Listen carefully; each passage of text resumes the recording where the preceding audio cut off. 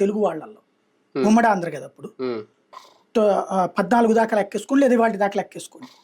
Highest 100కి నాకున్న అవగాహన మేరకు 80 మంది ఫీజు రియంబర్స్మెంట్ సాఫ్ట్వేర్లే. 100కి 80 మంది. ఎన్ని లక్షల మంది అయి ఉంటారు? కానీ వాళ్ళ వరకు సెట్ అయ్యారు, ఏది ఆ పేద కుటుంబాల వరకు. అయితే సమస్య ఎక్కడ వచ్చిందంటే అక్కడ వరకే స్ట్రక్ అయిపోయింది.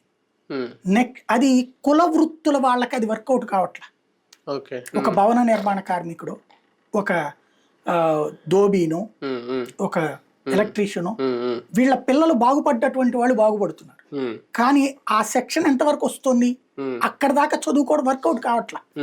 ఏది అందులో కొంతమంది చదువుకోగలుగుతున్నారు, పేదవాళ్లలో కూడా ఆ చదువును అందుకోగలుగుతున్న వాళ్ళు తక్కువే అవుతున్నారు. ఫీజు రియంబర్స్మెంట్ ద్వారా చదువుకుని డిగ్రీ అయితే సంపాదించుకున్నారు, కానీ ఆ నాలెడ్జ్ లేకపోవడం వల్ల బీటెక్ చదివి ఇది సెక్యూరిటీగా పనిచేయటము, లేకపోతే చిన్న చిత్తగా పనిచేస్తున్న వాళ్ళు బోల్డ్ అంతమంది అయ్యారు. ఒక 10% 15% మంది సాఫ్ట్వేర్ ఇంజనీర్లకు వెళ్తే 85 ఎట్లా అవుతున్నారు.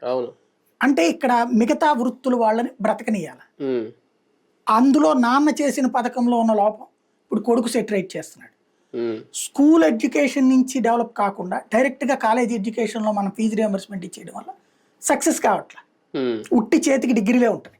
అంటే నాకు అర్థమైన పరిజ్ఞానం